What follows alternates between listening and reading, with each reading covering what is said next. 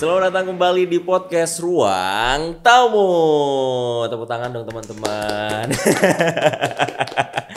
Ya, hari ini kita kembali lagi di podcast Ruang Tamu teman-teman semuanya. Dan tentunya di hari ini kita akan membahas satu hal yang sangat menarik. Dan di depan saya ini ada Pak De. Nggak ada kakak-kakak dong. Paman. Bahasa gaulnya uncle, paman. Oke. Ada Mas Samak dari selaku penulis Zin Malang. Dan juga ada Mas Novan, vokalis Tani Maju. Tepuk tangan dong teman-teman. Pembahasan hari ini nih menarik banget ya, di mana dengan tema peran Zin musik dalam mengembangkan musik independen. Wah, ini seperti apa nih? Kalau boleh tahu nih Mas Samak nih, kan orang-orang tuh kadang tuh hanya menikmati musik. Ya. Tapi nggak tahu nih Zin ini seperti apa. Kalau boleh tahu dikasih gambaran secara umum agar masyarakat Indonesia khususnya Malang Raya ini memahami apa itu Zin sendiri. Kalau Zin sih secara garis besar apa ya, sebuah media ya, sebuah media yang mengabarkan subkultur budaya-budaya, kultur-kultur independen, salah satunya musik. Tapi sebenarnya nggak sebatas dari musik aja, bisa film, bisa seni rupa, bisa sastra, banyak hal, fotografi bahkan seperti itu. Zin biasanya sih dibikin oleh komunitas sendiri sih, kalangan tersendiri gitu. Bentuknya mungkin agak-agak amatir, semi profesional gitu, dan biasanya Zin seperti majalah lah, gampangnya gitu, seperti media. Sebenarnya lebih bahasa kasarnya media khusus untuk musik dan sastra-sastra seni yang ada gitu media ya. Mandiri lah. Media mandiri itu. Gitu. Nah aku pernah nih Mas baca artikel juga, ini Zin ada satu aturan. Aturannya adalah bebas. Aturannya cuma satu emang, tidak ada aturan. Aturannya satu, tidak ada aturan itu seperti apa Mas maksudnya Mas? Tolong dijelaskan kepada masyarakat Indonesia. Berangkatnya dari kreativitas teman-teman juga seperti itu. Biasanya Zin sih bikinnya bebas saja, bahkan ada yang ditulis tangan, ada yang digambar aja, handmade seperti itu, difotokopi seperti itu. Artinya tidak menganut prinsip-prinsip media pada umumnya ya, yang mainstream seperti itu. Makanya disebut-sebut ya nggak ada aturan sih, bikin Zin bebas saja. Jadi nggak kayak seperti orang membuat berita pada umumnya yang artikel tuh harus ada aturan-aturan tersendiri untuk bisa dijadikan sebuah artikel gitu. Betul, nggak harus mengikuti kaidah atau prinsip jurnalistik. Iya. Baik. Nah, harus Time New Roman ya. Oh iya. Ukurannya 12. Pokoknya ukurannya bebas. Iya, baik. Sedangkan Mas Novan nih, vokalis Tani Maju. Mas, saya pernah nonton sampean di MCC waktu itu. Acara band-bandan pokoknya Mas itu Mas. Dan saya itu banyak sekali Pak D dan Pak Le saya itu sangat familiar dengan suara Mas Novan ini. Sebenarnya kalau kita boleh tahu nih, keluar dari Zin sendiri, Tani Maju nih awalnya dari mana Mas? Kalau dari profiling Tani Maju sendiri. Awalnya dari komunitas unit kegiatan mahasiswa di UM. UKM. Anak-anak seni rupa, anak-anak sastra ngumpul membuat kegiatan yang positif, band-bandan. Jadinya Tani Maju. Berarti ini umurnya sudah lebih maju dari ukuran tani yang sudah mau di ini ya Mas ya, mau dipanen gitu ya. Kalau Mas Novan sendiri melihat Zin ini sebagai media, apakah terbantu Mas dalam Tani Maju sendiri? Kalau Tani Maju untuk Zin nggak pernah buat, tapi buat buku.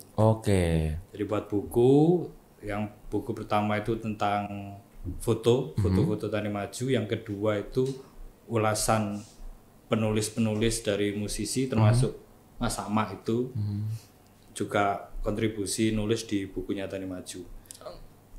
Jadi ya memang selain band-bandan ini, media seperti Zin atau itu sangat bermanfaat sih untuk untuk mengabarkan berita tentang opininya band tersebut, sehingga orang akan tahu identitas band ini seperti apa sih gitu.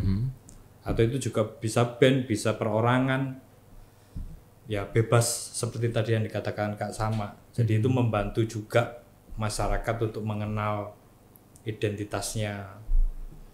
dari band atau personal atau musik. Oke, jadi seperti itu ya kalau dari pandangan Mas Novan gitu. Kalau Mas Samak sendiri menulis Zin ini di tahun berapa, Mas? Kenapa? Bergabung ke Zin ini untuk Saya mulai fokus bikin Zin. Mulai bikin Zin itu dulu 96, 97. itu bahkan saya masih belum lahir, Mas. Masa? Iya. Kebetulan saya terlalu prematur ya. Bahkan karyanya Mas Samak untuk menulis Zin ini lebih tua daripada usia saya Masa? gitu. Itu kenapa Mas untuk dari pribadi Mas Samak ini kenapa untuk mau menulis Zin itu? Waktu itu diajak teman-teman sih. Aslinya ada teman saya namanya Afril itu, vokalisnya Extreme Dikit, dia yang punya ide untuk bikin Zin. Zin apa? Ya media untuk mengabarkan waktu itu komunitas musik, khususnya metal lah. Metal waktu itu yang komunitas di Malang gitu. Ya udah bikin mulai era-era itu. Kurang lebih cuma nggak lama juga, cuma 3 tahun, 4 edisi gitu. Bubar. Terus 2001 bikin lagi dengan nama yang baru lagi, sama aja sama teman-teman juga seperti itu. Jadi lumayan putus nyambung juga ya Mas. Putus nyambung, karena sekaligus hobi kan. Iya, hobi gitu. Tiap hari, tapi ya udah. Berarti dalam bahasa kasarnya terjerumus karena teman. Ya, dalam teman. Zin itu. Awalnya diajak teman. Awalnya enjoy atau justru karena terjerumus lumayan susah dalam menulis Zin itu bagaimana Mas? Enjoy aja sih, karena kebetulan ya suka. Saya waktu itu suka ngumpulin Zin juga, Zin dari luar negeri seperti itu, Zin punk hardcore, Zin musik seperti itu. Terus waktu itu lihat ada Zin juga dari luar kota ya, dari Bandung ada Revogram namanya, dari Jakarta ada Brainwash. Nah, terinspirasi dari situ sih. Yang kebetulan ternyata bikinannya teman-teman juga. Menarik juga ini karena di Malang pada saat itu sih belum ada. Akhirnya ya kita harus ya mengabarkan kegiatan aktivitasnya band-bandannya teman-teman aja. Karena kan kita nggak mungkin diliput oleh Jawa Pos, oleh majalah Hai pada saat itu ya. Band-bandan di era itu ya. Jadi lumayan susah gitu ya untuk masuk ke berita-berita media mainstream gitu ya, baik media cetak ataupun yang televisi dan radio waktu itu gitu ya Mas ya. Tapi ini bagaimana sih Mas Zin sendiri Zin musik ini dapat membantu menciptakan dan memperkuat identitas musisi independen Mas? Ya itu tadi mungkin dengan adanya media berupa Zin ya pada saat itu bisa mengabarkan aktivitas band seperti apa, kemudian pandangan-pandangannya, opini atau tema-tema lagunya mungkin yang itu jarang sekali ke-expose ya oleh media-media yang lain seperti itu. Salah satu caranya mediumnya ialah Zin pada saat itu. Seperti itu masih di era sebelum internet. Setelah internet pun masih berkembang lebih jauh lagi kan, ada web Zin dan sebagainya. Oke. Kalau dari Mas Novan sendiri Mas, buku-buku yang diciptakan Tari Maju tuh awalnya kenapa Mas ingin menciptakan buku tersebut? Ya sama seperti Zin ya. Hampir sama gitu ya. Apapun itu kan jadi salah satu media alternatifnya ya. Kalau nggak ada yang nulisin ya, kalau nggak ada yang kita buatkan buku ya kita bikin buku dewe. Ya kalau juga nggak sih ada ya. yang liput ya kita kabarkan sendiri gitu kan. Nah, itu kan sudah memang apa namanya caranya anak-anak independen ya. Salah satunya Zin, buku atau merchandise dan sebagainya. Nah, itu ya sangat penting karena itu memang akhirnya dokumentasi dari setiap band mempunyai jejak dokumentasi yang banyak. Oh, Zin-zinnya banyak, berarti dia menginformasikan dirinya lebih aktif. Nah, itu kan nanti kalau dilihat jadi wah band ini bagus ini. Jadi nggak hanya bikin lagu setelah itu selesai gitu. Oh iya juga sih, habis ciptain nyanyiin udah kelar gitu, tapi nggak ada perjalanan selesai, seperti tapi apa gitu ya. Nggak pernah ingin setelah membuat karya mau bikin apa lagi, mau dikemanain, mau bikin, intinya kan sama, lagu, setelah itu tulisan, setelah itu film, setelah itu foto atau apa, itu kan sudah jadi medan tempur lah ya. Iya, medan tempurnya anak-anak itu. Kalau cuman bikin lagu selesai ya nggak akan nggak ada gregetnya juga gitu ya Mas, bahasa kasarnya tuh seperti itu. Kalau dari bukunya sendiri nama judulnya apa Mas? Ada saya bawa itu. Oke. Di tas saya ada. Itu foto dari panggung ke panggung. Oke. Setelah itu ada yang satu itu judulnya Artis Top Daerah. Artis Top Daerah. Berapa buku, berarti dua. Ada kumpulan foto-foto itu sendiri dari awal-awal manggung sampai sekarang. Sama buku Artis Top Daerah. Artis Top Daerah gitu. Mulai dari kapan Mas mau membuat buku tersendiri? Maksudnya kepikiran kayaknya kita harus mendokumentasikan ini semuanya deh. Mulai dari awal itu sudah punya kepikiran nanti akan bikin buku atau apa. Itu sudah dari awal, tapi baru terrealisasikan itu di album keempat Tani Maju. Itu baru keluar 2 buku itu. Oke. Tahun 2017 katanya. 2017 ini udah mau menginjak usia 7 tahunan, 8 tahun ya Mas ya. Oh iya 7 tahunan. Wah ternyata lebih ya, 8 tahunan ya. Aku 2019 di Malang udah 5 tahunan, 6 tahun. Tani Maju itu 99. Oh enggak, maksudnya bukunya. Oh bukunya. Bukunya dari tahun 2017.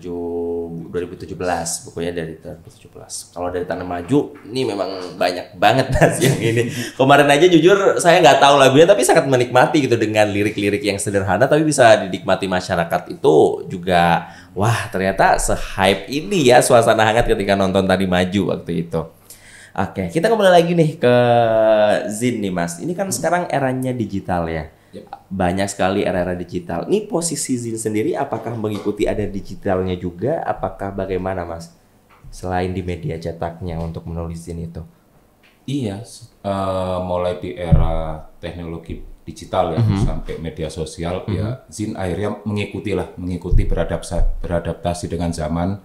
Salah satunya yang bikin Zin secara cetak banyak, kemudian kan sekarang banyak alternatif lain ya, misalnya nggak harus, mungkin cetak pun berapa kopi aja, berapa cetakan gitu, sisanya bisa berupa PDF atau berupa bentuk digital, karena bentuk e-Zen pun banyak sekarang, electronic Zen seperti itu. Ya itu kan salah satu cara Zin untuk beradaptasi ya, mengikuti perkembangan zaman.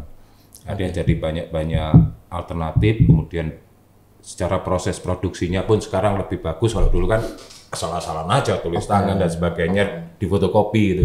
Kadang nggak kebaca, sulit kebaca. Sekarang teknologi digital, teknologi printing kayak gitu kan semakin bagus. Teman-teman juga mulai berwarna dan lain-lain, akhirnya jadi semakin variatif. Tampilannya lebih menarik juga, agar bisa dinikmati gitu ya. Bisa dinikmati dengan lebih. Kalau dulu waktu Fakih kecil nih Mas ya, setiap kali nongkrong, bukan saya nongkrong ikut kakak atau paman, itu pasti ada yang namanya majalah musik juga di sini sama gitaran gitu. Ya, tapi kalau di Gen Z sekarang Mas, menurut Mas sendiri ini apakah banyak juga yang menikmati hasil karya di Zin itu? Dalam tulisan-tulisannya. Zin yang mana itu? Yang untuk anak muda dalam nongkrong atau apa, masih banyak yang nulis kah Zin itu sendiri? Kalau Zin masih ada di Gen Z juga, masih banyak yang nulis masih juga. Banyak sekarang. Malah mulai berkembang kan, beberapa kali teman-teman bikin semacam workshop pernah, terus pameran Zin kayak gitu. Seperti itu. Jadi koleksi ya. Koleksi sebagian buat teman-teman. Jadi banyak, bahkan muncul dari kampus-kampus kan banyak. Peka aja jadi kayak beli kaset itu kalau jadi beli karya. Beli karya. Udah jadi sebuah karya yang. Jadi kalau yang benar-benar tahu Zin ya mereka jadi koleksi karya. Oke, jadi hasil koleksi karyanya mereka pribadi untuk bisa menikmati karya-karya orang lain, untuk bisa menghargai juga gitu. Sama kayak beli novel atau beli cerpen. Iya. Sama. Jadi sebenarnya meskipun era digital ini nggak menginikan orang-orang untuk mengkoleksi itu semuanya ya Mas ya, nggak semuanya mereka bisa menikmati secara digital gitu. Iya. Masih banyak yang beli kaset seperti Mas Novan tadi jelaskan juga. Nah dalam menulis ini kan tadi nggak ada batasan ya Mas ya. Itu bagaimana sih Mas kalau dari Mas Salmak sendiri untuk bisa memfokuskan dalam satu karya? Maksudnya kan pasti ini banyak nih Mas di sini untuk menulis, tapi pikiran menulis itu banyak. Ini gimana cara untuk meluruskan satu agar kayaknya aku mau nulis ini deh sekarang, itu gimana Mas? Kalau basic saya di Zin musik ya pada saat itu standar sih pada saat itu secara rubrik ya atau kontennya mungkin saya wawancara sama band seperti itu, mungkin wawancara sama Tani Maju atau siapa. seperti itu, band-band lokal seperti itu. Kemudian review album seperti itu, mengulas album aja. Ketika katakanlah Tani Maju punya album, kita ulas albumnya, bahasnya apa, seperti apa. Basically kalau musik seperti itu. Selain profil-profil musisi atau bandnya ya, seperti itu sih. Karena kebetulan saya suka musik ya, nguliknya di sana aja. Jadi gampang juga untuk menghasilkan karya seperti itu kan dari ininya ya, Mas. Karena memang udah ada dalam hati itu udah ada gitu ya, Mas. Iya, passionnya. Passionnya sendiri dari hobinya juga. Di situ. Kalau dari Mas Novan nih, kemarin pas saat mau merilis buku, ada nggak sih Mas kesulitan Mas di dalam perilisan tersebut? Baik itu buku pertama atau buku kedua? Ya sama sih kayak bikin album ya, kita mikir setelah bikin album distribusinya Kemana? dan itu ya memang masih banyak kendala daripada misalnya Gramedia. Iya, karena sulit banget untuk masuknya atau gimana ya Mas ya? Toko Lebih potongannya ya. gitu kan. Karena memang kalau kita nggak punya tim ya akhirnya ya ke acara-acara teman-teman, kolektif teman-teman, di situ bisa titip atau nitip di toko Rekam Jaya, nitip di situ, nanti dari teman-teman toko Rekam Jaya yang mencoba mendistribusikan. mendistribusikan. Jadi sebenarnya bukan saat berkaryanya, tapi setelah karyanya ini mau dikemanain ya gitu. Ya sama itu kalau bisa kita dinikmatin. mau setelah bikin album, distribusinya gimana gitu. Kalau sekarang kan sudah di era digital kan sudah banyak platform. Cuman yang bentuk rilisan ini kan masih sampai sekarang masih ya sama kesulitannya. Sebenarnya hampir sama aja dengan ini ya. Tapi kalau dari Mas Novan sendiri lebih sulit nyiptain lagu atau nyiptain buku Mas kemarin? Ya sama aja kalau proses penciptaan. Kalau proses penciptaan semuanya kan sama aja, mau saya kan juga ngelukis juga. Oke, jadi perupa juga, mau ngelukis, mau buat lagu, mau nulis ya sama. hampir sama aja ya. Proses penciptaannya kan sendiri-sendiri. Sendiri-sendiri gitu. Yo standar itulah. Topo. Kalau disuruh milih nih Mas. Nangis-nangis dulu. Iya, mikir ini gimana ya lanjutnya gitu. Pengok-pengok turut embong. Ya nggak gitu juga kali. Dia emang gitu. Oh gitu ternyata. Agak aneh emang.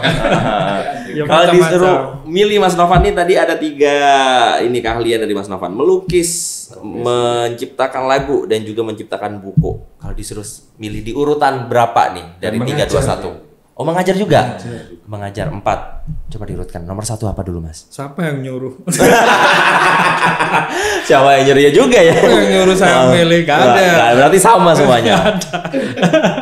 Kan gak ada yang nyuruh saya harus bikin lagu. Gak ada yang nyuruh kamu gak bikin lagu gak usah pulang gitu. Oh, enggak juga Kan ya. gak ada. Jadi memang kayak ya udah deh kalau lagi ada karya Ya dalam kan setiap misalnya band itu punya target misalnya. Tahun ini ayo berapa lagu gitu. kita bikin lagu. Ternyata setahun ini nggak bikin apa-apa. Jadi juga nggak ada yang marahi. Orang nggak anak-anak indie kan nggak punya juragan misalnya. Nggak punya juragan juga. Terus kalau mau ngelukis, kamu kalau nggak lukis Nggak makan. kamu keluar ganti Dari rumah. agama. Kan Iya nggak juga ada. ya. Jadi ya kesadaran aja mau berkarya apa enggak. Gitu. Oke, jadi ya udah deh jalanin aja yang depan ini ada apa gitu. Ya. Sesuai dengan isi hatinya juga dan pikiran gitu ya. Mau yang Kalau mana Mas Sama kan ya memang karyanya banyak nulis. Cuma bisa itu.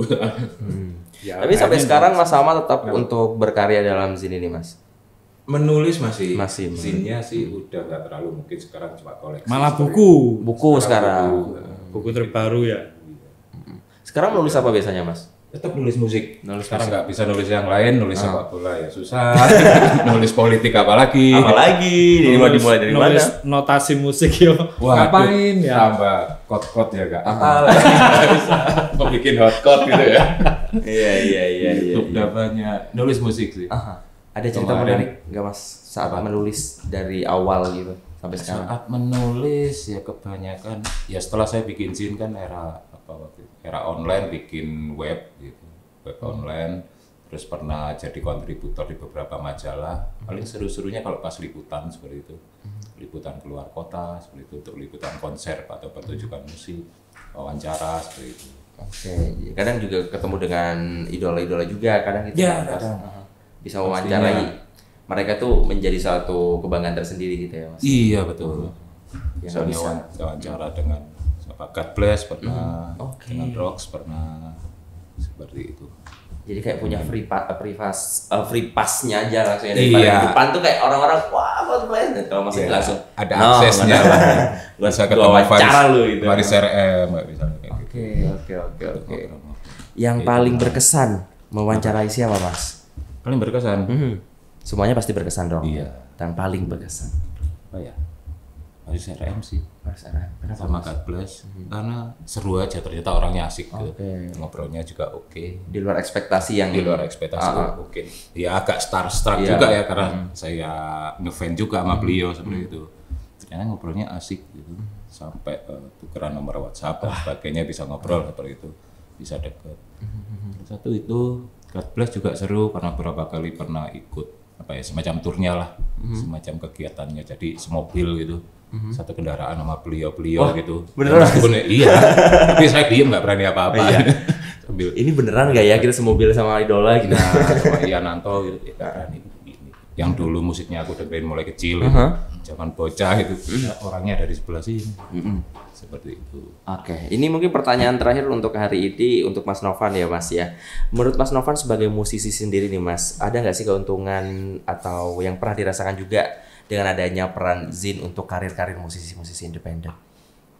Ya pasti ada dampaknya ya dari hadirnya yang Zin yang mereka buat. Soalnya fansnya pun akan menunggu apa yang mereka buat juga. Kalau dia ada Zin, ada informasi atau mengabarkan tentang dia, itu kan sangat dari fans itu pun menunggu juga. Jadi kayak kabar apa yang terbaru dari idola kita gitu-gitu. Jadi pasti nanti akan ada dampaknya itu pasti. Oke, jadi seperti itu teman-teman. Obrolan kita pada hari ini memang ternyata dari Zin sendiri menjadi salah satu media yang sangat informatif sekali bagi pecinta musik Indonesia. Terima kasih Mas sudah mampir-mampir ke podcast Ruang Tamu hari ini. Semoga nanti kita lebih banyak ngobrol-ngobrol lagi di RRI Malang ini. Sekali lagi terima kasih kepada Mas Samak selaku penulis dari Zin Malang, juga ada Mas Novan lagi vokalis tadi baju. Terima kasih teman-teman semuanya dari podcast Ruang Tamu. Jangan kemana-mana karena episode-episode selanjutnya masih ada yang bakal lebih seru dan bakal ramai lagi teman-teman. Bye-bye.